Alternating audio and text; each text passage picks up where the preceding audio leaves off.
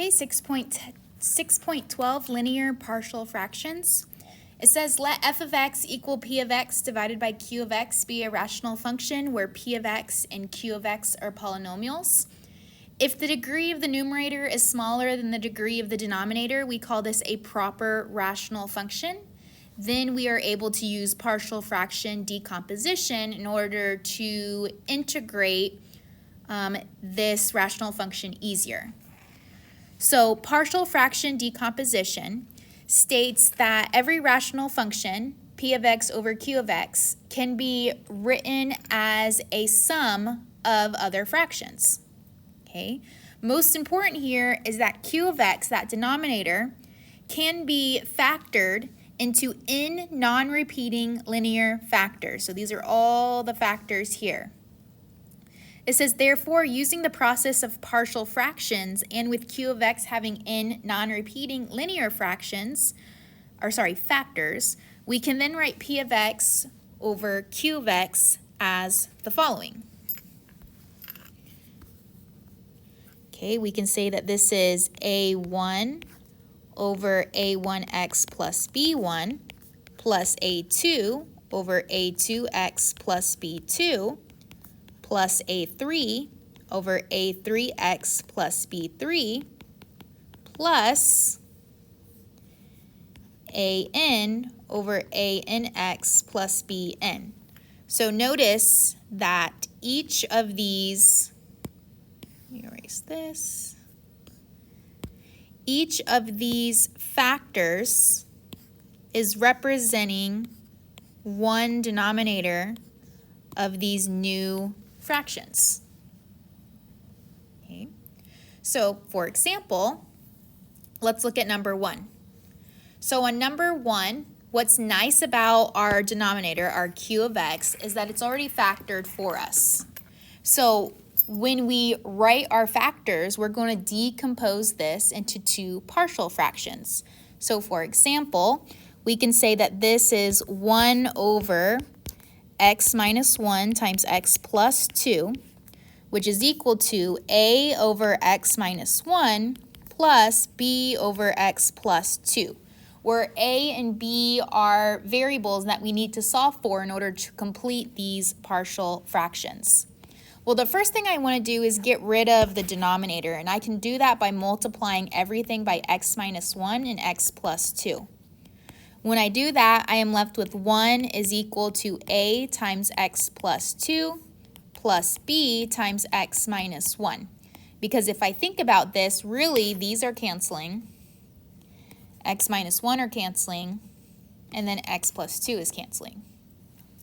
Okay, then in order to find a and b, I need to end up canceling out a or b, so I have one of them by itself to solve. In order to do that, I look back up at my factors, and I'm going to set those factors equal to 0. Okay, so I'm going to say let x minus 1 equal 0, which implies that x is equal to 1. So if I let x equal to 1, really I have 1 is equal to a times 1 plus 2 plus b times 1 minus 1. Well, what happens here is that my b's cancel out, and I'm left with 1 is equal to 3a, which means a is equal to 1/3. Okay, then I'm going to set my other factor. So let x plus 2 equals 0 means that x is equal to negative 2. So I have 1 is equal to a times negative 2 plus 2 plus b times negative 2 minus 1. Well, now my a's cancel out, and I'm left with 1 is equal to negative 3b, which means b is equal to negative 1/3. Well, now that I have a and b, I'm able to plug those back in and then integrate in order to solve. Okay. So really, I have the integral of a over x minus 1. Well, a is 1/3, so 1/3 over x minus 1 plus negative 1/3 over x plus 2 dx. Okay. Well, I can take this and separate it into two integrals.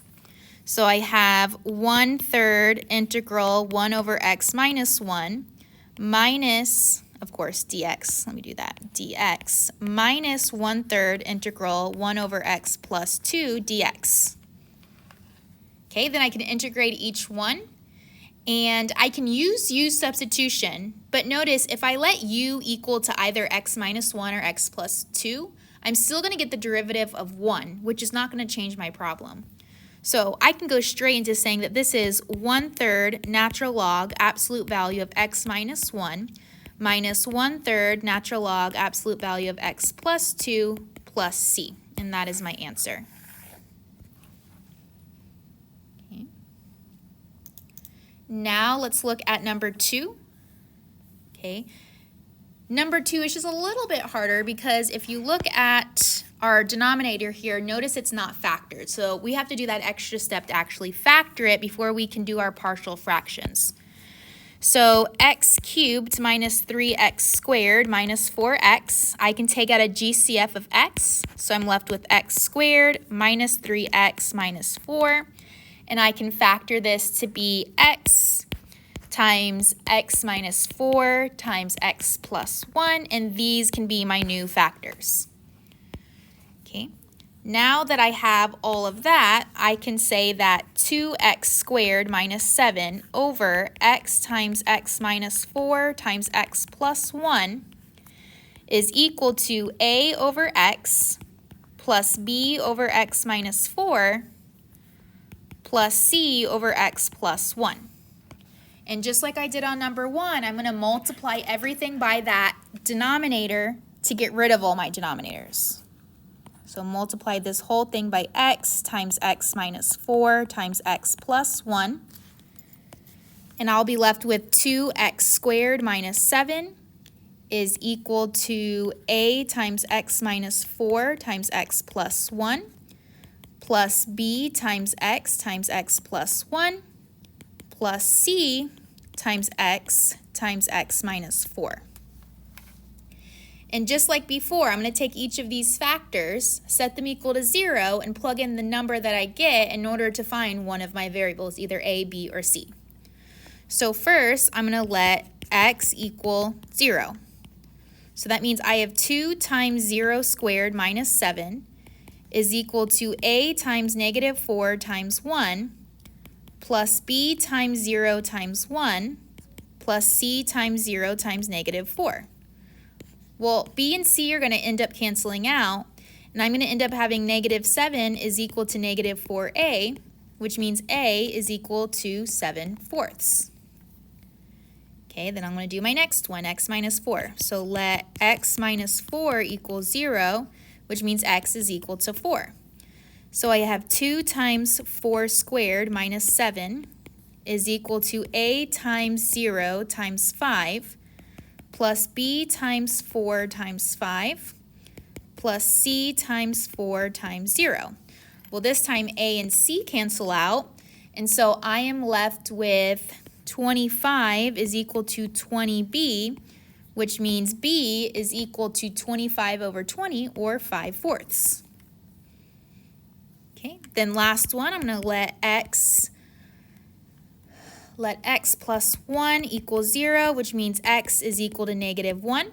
So I have 2 times negative 1 squared minus 7 is equal to a times negative 5 times 0 plus b times negative 1 times 0 plus c times negative